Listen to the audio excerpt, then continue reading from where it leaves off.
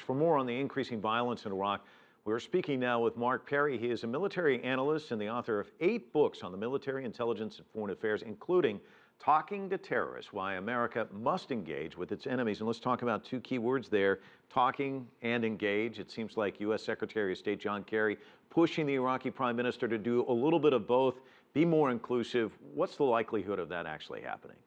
Well, so far, the experience we've had in Iraq has not been good, especially with Mr. Maliki. He was intransigent, dug in his heels on any kind of political compromise with the Sunnis. And his message to Kerry today was, no, no, no, this is a military problem. We're going to solve a military problem. I think the pushback on him will continue. It's clear, without a political solution, a military victory is going to be meaningless. Publishers Weekly talked about your book, and it says that you argue that the U.S. didn't need more troops to kill terrorists in Iraq. It needed more Marines to talk to them. If you could sit down with Secretary of State Kerry and advise him, what would your suggestion be about how to settle this situation? I don't think it can be solved militarily, and I think it's possible to exaggerate just how deep the crisis is. These are bad guys in ISIS, there's no question. And they're interested in the social revolution. And it's a broad revolution in Anbar, but it's very thin.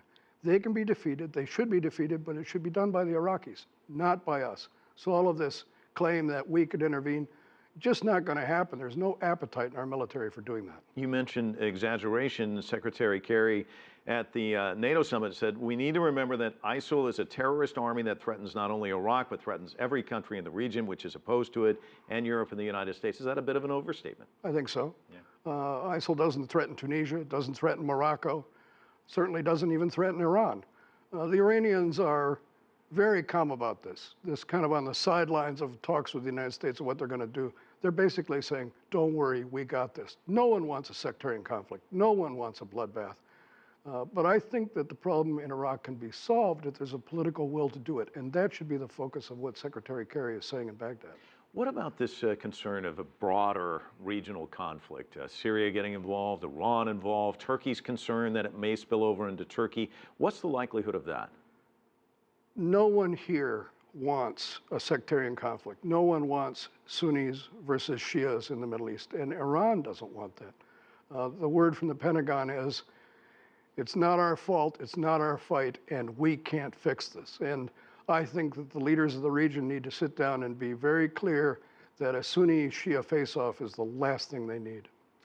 You've written a lot. You've written several books. One of the other things that Kerry mentioned today, he said the NATO allies and the entire international community must remain focused on combating the growth of extremism. And we're seeing this not just in that region. Nigeria has the problem. China has the problem. What do you do to blunt this issue?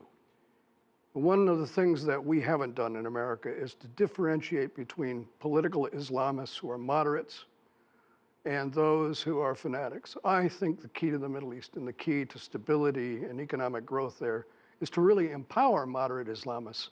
It's hard for Americans to make these distinctions, but they have to make distinctions. Right now, the choice is between dictators and fundamentalists, and that's no choice at all. We need to empower the great middle ground of political Islam and recruit them to our side in the fight on terrorism. Mark, always a pleasure. Thanks so much for coming in and offering your insights. My pleasure. Appreciate it.